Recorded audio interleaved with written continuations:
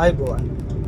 අද අපි කතා කරමු ගෙයක් හදන්න හොඳ පුද්ගලයෙක් තෝරගන්නේ කොහොමද කියලා. ඒ කියන්නේ කන්ස්ට්‍රක්ෂන් කම්පැනි එකක් කරා අපි ගේ හදනවද? එහෙම නැත්නම් අපි බඩු අරන් දීලා බාස් කෙනෙක් දාලා ගේ හදා ගන්නවද කියන එක. මේක තෝරගනිද්දී ඔයා විශේෂයෙන් සැලකිලිමත් වෙන්න ඕනේ. ඔයාට ගෙදරට යට කරන්න පුළුවන් බජට් එක කොච්චරද කියලා. මට සාමාන්‍ය මුදලක් නම් තියෙන ගේ යට කරගන්න සහ පරිස්සමට යන්න ඕන නම් මේ කන්ස්ට්‍රක්ෂන් එක ඔයා අතරම තෝරගන්න ඕනේ. බඩු ටික අරන් දීලා ලේබර් රේට් එක කරන කොන්ට්‍රැක්ටර් කෙනෙක්. ඒ වගේම ඔයාට එහෙම කිසි ගැටලුවක් නැත්නම් සහ ඔයා ගොඩක් කාර්යබහුල පුද්ගලයෙක් නම් ගේ වෙනුවෙන් ගේ හදද්දී ඒ කියන්නේ සුපර්ස් ගන්න තියෙන කාලය වට අඩුයි නම් ඔයා තෝරගන්න ඕනේ අර කන්ස්ට්‍රක්ෂන් කම්පැනි එක. නැත්නම් මැටීරියල් සප්ලයි කරගෙන කන්ස්ට්‍රක්ෂන් එක කරන් යන ආයතනය. එතෙන්දී අපි දැන් මේ දෙවර්ගයේම කවුරු තෝරගත්තත් අපි අනිවාර්යයෙන්ම සැලකිලිමත් වෙන්න කාරණා ටිකක් තියෙනවා. එකක් තමයි මේ අපි බාර දෙන ආයතනයේම පුද්ගලයාට කොච්චර එක්ස්පීරියන්ස් එකක් තියෙනවා. ඊළඟට එයාලා මේ ෆීල්ඩ් එකේ කොච්චර කාලයක් ඉඳන් වැඩ කරනවද? ඒ කියන දේ අනිවාර්යයෙන්ම වැදගත් වෙනවා. ඒ වගේම එයාලගේ වැඩවදින ක්වොලිටි එක කොහොමද? සමහරක් එක්ස්පීරියන්ස් තිබුණාට මදි ක්වොලිටි එකක් නැහැ. සමහරක් අය තියෙනවා කිසිම පිළිවෙලක් නැහැ සයිට් එකක් වැඩ කරනවා. සහ සයිට් ගොඩාක් බාර අරගෙන අන්තිමට එකක්වත් හරියට කරන්නේ නැහැ. ඒ වගේම ඒ පොරොන්දුන නියමිත කාලෙට එයාලගේ වැඩ ඉවර කරලා දෙනවා. ඒක රීතියක් අමාරුයි හොයාගන්න. ඒ අනිවාර්යයෙන්ම කලින් කරපු සයිට්ස් ගිහින් බලන්න ඕනේ. ඒ ක්ලයන්ට්ලා ඉන්නවනම් හම්බෙලා කතා කරලා ඒ වගේ දේවල් වලින් තමයි අපිට ඒක දැනගන්න වෙන්නේ. ඉතින් කොහොම කරත් මේ හදන්නේ ඔයාලයි ගෙදරනේ. එතකොට අපිට ඇත්තටම කියන්නේ ඔයාලට ලොකු එක්ස්පීරියන්ස් එකක් නැහැ මේ ගැන. ඔයා හදන පරිවෙන ගෙදර නම් ඔයාලා එක්ස්පීරියන්ස් එක ගන්න මේ ගෙදර. ඉතින් ඒක නිසා මේ වගේ ආයතනයක් තෝරගනිද්දී වඩාත්ම සුදුසුයි ඔයා ගෙදර ප්ලෑන් එක හදපු ඩිසයිනර් ඉන්නවනේ. ඒ ඩිසයිනර් සම්බන්ධ කරගෙන පුද්ගලයෙක් තෝරගන්නවා නම් ඒක යම්කිසි ලොකු සාර්ථකත්වයක් තියෙනවා. මොකද ඔහුට යම්කිසි එක්ස්පීරියන්ස් එකක් තියෙනවනේ මේ පිළිබඳව. ඒක නිසා එහෙම නැත්නම් ඒ පිළිබඳව දන්න කියලා තමන්ගේ යාළුවෙක් ඥාතියෙක් සමග ගිහිල්ලා මේ ආයතනය තෝරගන්න පුළුවන් නම් එහෙම නැත්නම් ඔයාගේ යාළුවෙක් රෙකමන්ඩ් කරන ආයතනයක් එයාගේ හදපු කෙනෙක් ඒ වගේ තියෙනවා නම් අපිට ඒ දේවල් වලත් යම්කිසි විශ්වාසයක් හදාගන්න පුළුවන්. ඉතින් අපි මේ මොන ආකාරයෙන් මේ ගෙදර හදන්න කෙනා තෝරගත්තත් අපි අනිවාර්යයෙන්ම නිතරම සැලකිල්ලෙන් ඉන්න ඕනේ ගේ හදන එක ගැන හොයලා බලන්න ඕනේ. මොකද සමහරක් අය කියන කතාවක් තමයි අපි කන්ස්ට්‍රක්ෂන් කම්පැනි වලට පස්සේ වැඩි හොයලා බලන්න දෙයක් නැහැ නේ කියන එක. මොකද එයාලා විශ්වාස කරන්නේ කන්ස්ට්‍රක්ෂන් කම්පැනි වලට පස්සේ අපි නැවත ආයේ ඒක දිහා හොයලා බලන්න දෙයක් නැහැ. එයාලා ලස්සනට වැඩේ කරනවා කියලා. මෙහෙමයි. ඇත්තට එහෙම ජෙනුයින් කරන අය ඉන්නවා. නමුත් හැමෝම නෙමෙයි. අපි දන්නේ නැහැ නේ. සමහර අවස්ථාවල අපි දැකලා තියෙනවා ඇත්තටම ක්ලයන්ට් වැඩි හොයලා බලන්න නැත්නම් එයාලා කන්ට්‍රැක්ටර්ස් ලිස්සන්න පුළුවන් තැනින් ඉස්සලා ලස්සන ගේම ගහනවා. හොයන්න බැහැනේ. ඒ නිසා මොන දේ වුණත් එයාලට හැඟවෙන්න ඕනේ. ඔයාලා හැම වෙලාවෙම අවබෝධයෙන් ඉන්නේ මේ ගැන කියලා. එහෙම නැත්නම් ඔයාලට පුළුවන් මම සාමාන්‍ය නිතරම කියන දේ තමයි ගෙදර ප්ලෑන් එක හදන ඩිසයිනර් ඉන්නවනේ. ඔහුව නිතරම සම්බන්ධ කරගන්න. සයිට් එක වැඩ අවසන් වෙනකන් ඔහුගෙන් ගන්න පුළුවන් ලොකු සේවයක් තියෙනවා. ඒ නිසා එයාව නිතරම සම්බන්ධ කරගන්නවා නම් අනිවාර්යයෙන්ම අර ගෙදර හදන කොන්ට්‍රැක්ටර් කම්පැනි එකේ ඕන දන්නවා. නිතරම මේ සයිට් එකට මේ ගෙදර ඩිසයින් කරපු ඩිසයිනර් එනවා. ඒක නිසා අපි හැම වෙලාවෙම අවධානයෙන් හරියට වැඩේ කරන්න ඕනේ. කියන එක ගැන තවම පොඩ්ඩක් සැලකිලිමත් වෙනවා. තව විශේෂ දෙයක් තමයි දැන් අපි කොන්ට්‍රැක්ටර් කෙනෙක් හරි බාස් කෙනෙක් හරි දාලා දැන්ගේ හදන තෝරගත්තා කියමුකෝ. ඒතර මෙයත් එක්ක ගනුදෙනු කරන ක්‍රමයක් තියෙනවනේ. අන්නේ දෙත් හරි පැහැදිලිවම අහගන්න ඕනේ. සාමාන්‍යයෙන් බාස් කෙනෙක් දාලා කොන්ට්‍රැක්ට් එක කරන් යනවා නම් ලොකුවට ගැටලුවක් නැහැ. මොකද එයාලා ලොකු බිල් එන්නේ නැහැ නේ පොඩි බිල් එන්නේ. සාමාන්‍ය අත්තිවාරයෙන් මෙවට පස්සේ ඒ කොටස මැන්නා ඒකේ තත් ඇඩ්වාන්ස් එක කරන අඩු කරලා ඊටු ගාන ගෙව්වා. ඊට පස්සේ බිත්ති බඳිද්දිත් එහෙමයි.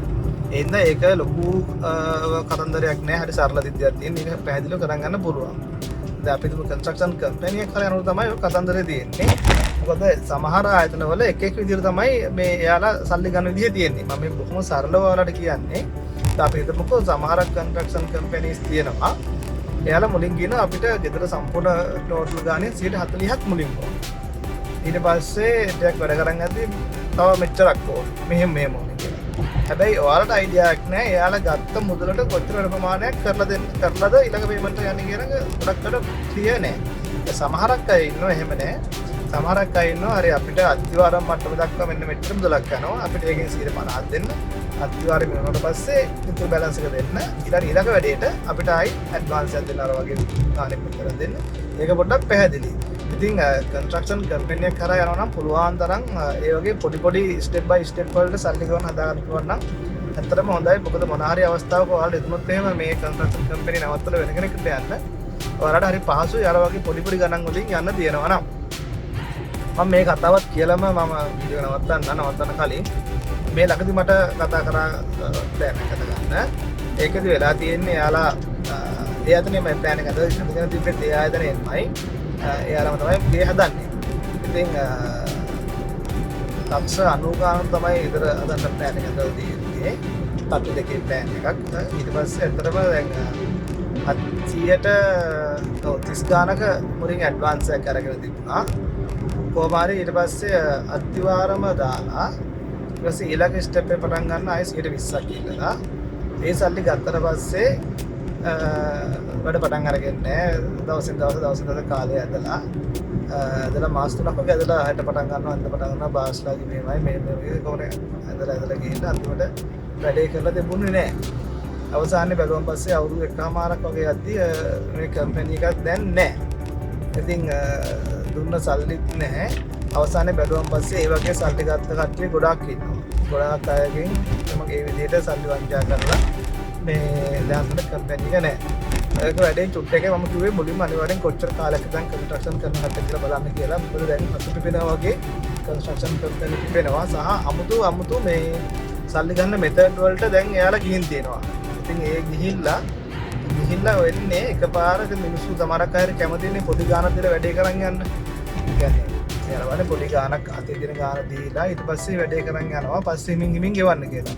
හැබැයි වෙන්නේ ඒ වගේ කීප දෙනෙක්ගෙන් සල්ලි ඉස්සරහට පස්සේ ලොකු ගානක් එයාලා එකතු වෙනවා. ඒත් එහෙම ගෙවල් හදන්න බෑනේ. එහෙම ගෙවල් හදනවා නම් ඒ හදන ආයතනයේ ලොකු කැපිටල් එකක් තියෙන්න ඕනේ. ලොකු මුදලක් එයාලා තියෙන්න ඕනේ. මේ වගේ සයිට් 4-5ක් කරන් යන්න ඕනේ. එයාලා සල්ලි කරන්නේ.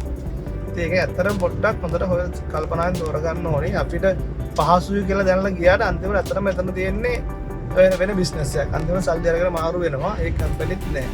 අන්තිමට පොඩි සෙන්ටි දාලා ඩකුත් නෑ හොයා ගන්නවත් බෑ. ඉතින් එහෙම වෙන හින්දා තමයි කියන්නේ මොකද ලංකාවේ ගොඩක් ඒ වගේ වංචා වෙලා තියෙනවා. පොලිස් වල ගොඩක් නඩු තියෙනවා. එහෙම වෙච්ච අය ගොඩක් අපිට කතා කරලා තියෙනවා. මොකද මේ ඇත්තටම අනාථ වෙලා එතනින් එහාට කරගන්න දෙයක් නෑ. හරි ප්ලෑනයක් නෑ. ඒ ප්ලෑන් උත් ඩිසයින් උත් අවුල්. සමහර කර බජට් කරන අඳින්නේ ගොඩාක් පොඩි ගෙවල් පොඩි කාමර අන්තිමට යාලා අත්වා දික්කවදි තමයි තේරෙන්නේ මොකද්ද මේ හැදෙන්නේ කියලා. එහෙම වෙච්චත් තියෙනවා. ඉතින් මේක ඇත්තටම හරියම අවබෝධයෙන් කරන්න ඕනේ. නැත්නම් අපේ අමාරුවෙන් අපි සල්ලි ඉතුරු කරගෙන ලෝන් දාලා මේ හදන්න යන්නේ ආසාවෙන් හදන්න ගියා. ඉතින් එහෙම අමාරුවට මිනිස්සු අනන්ත ප්‍රමාණ ලංකාවේ ඉන්නවා. ඒකින් තමයි අපි පුළුවන් විදිහට මෙහෙම දැනුවත් කරන්නේ. ඉතින් මම හිතනවා මොන හරි දෙයක් ඔයාලට අයිඩියා එකක් එන්නේ නැති මේ වීඩියෝ එකෙන් කියලා. බොහොම ස්තුතියි.